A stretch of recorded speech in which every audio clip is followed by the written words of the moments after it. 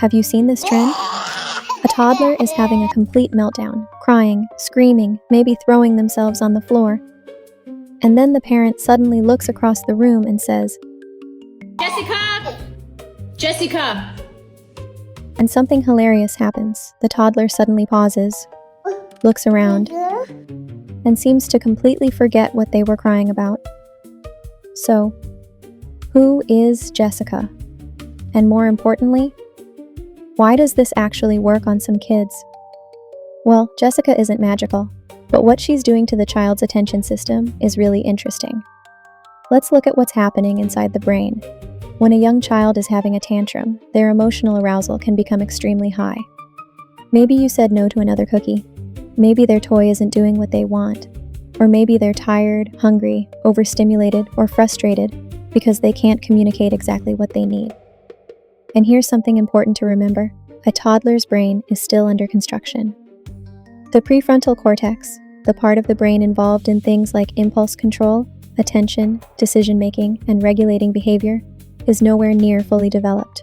So when a toddler experiences a huge emotion, they don't necessarily have the same ability an adult has to stop and think, okay, I'm really frustrated right now.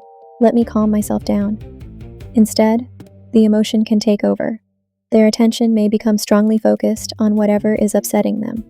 And then Jessica arrives. Well, not actually. But something very unexpected happens. Mom suddenly stops responding to the tantrum, looks across the room, and says, Jessica?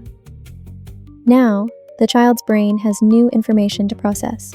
Wait, who is Jessica? Where is Jessica? Why is Mom looking over there? Is someone actually there? And this can trigger something related to what's called the orienting response. Our brains are designed to notice changes in our environment, especially things that are new, unexpected, or potentially important. Imagine you're sitting quietly and suddenly hear a strange noise behind you. Before you've even consciously decided to investigate it, your attention shifts toward it. Children do this too. So when the parent suddenly introduces something completely unexpected during the tantrum, the child's attention may shift away from whatever they were focused on.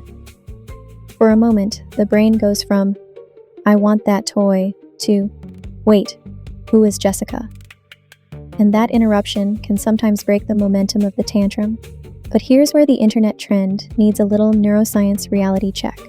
The child looking around doesn't necessarily mean the emotion magically disappeared, and Jessica didn't switch off the amygdala.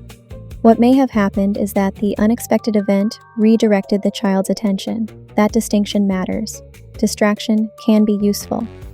Sometimes a small interruption gives a child's emotional arousal enough time to decrease so that they're more able to reconnect with you. But distraction isn't the same thing as learning emotional regulation. So if Jessica works, that's actually where the parenting part begins. Once your child is calmer, reconnect with them. Help them understand what just happened. You were really frustrated because you wanted that toy. Or, you were upset when I said it was time to leave. You're helping them connect an internal feeling with a word.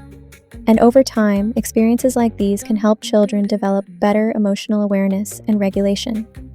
There's also something else parents should know. You don't actually need Jessica. It could be, whoa, did you hear that? Wait, what's that?